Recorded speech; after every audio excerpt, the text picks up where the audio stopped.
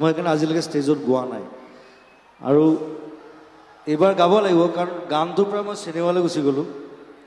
এটা গানক চিনেমা বনোৱাটো বহুত টান কাম আৰু এটা 15 বছৰৰ প্ৰচেষ্টা 15 বছৰ আগতে মই ৰাজেশক কৈছিলোঁ যে মোৰ এনেকুৱা এটা ষ্টৰী আছে খালি মই তাত ব্লাইণ্ড এজন ব্লাইণ্ড ছিংগাৰ তাৰ ষ্ট্ৰাগল তাৰ লাইফ তাৰ গান আৰু মই ভাবোঁ যে এই গানটোত খুব মিলে সেই গোটেই কেৰেক্টাৰটোৰ লগত সেইকাৰণে গানটো ইউজ কৰিছোঁ আৰু নতুনকৈ বনাবলগীয়া হৈছে আকৌ গানটো প্ৰায় 20 বছৰ পিছত আকৌ গানটো বনাইছোঁ মই নতুনকৈ বহুত কষ্ট হ'ল গানটো বনাওঁতে প্ৰায় 2 বছৰ লাগিলে চিনেমাখন বেছি সোনকালে হৈছে চিনেমাখন 3 মাহত হৈছে কিন্তু গানটো বনাওঁতে মোৰ আকৌ বনাওঁতে ৰিমেক কৰোঁতে মোৰ 2 বছৰ লাগিলে so' anyway it will be a nice film আৰু অসমৰ প্ৰথম কমপ্লিটলি মিউজিকেল চিনেমা কোনো কৰা নাই অসমত আজিলৈকে সেইটো মই কৰিছোঁ বিনালে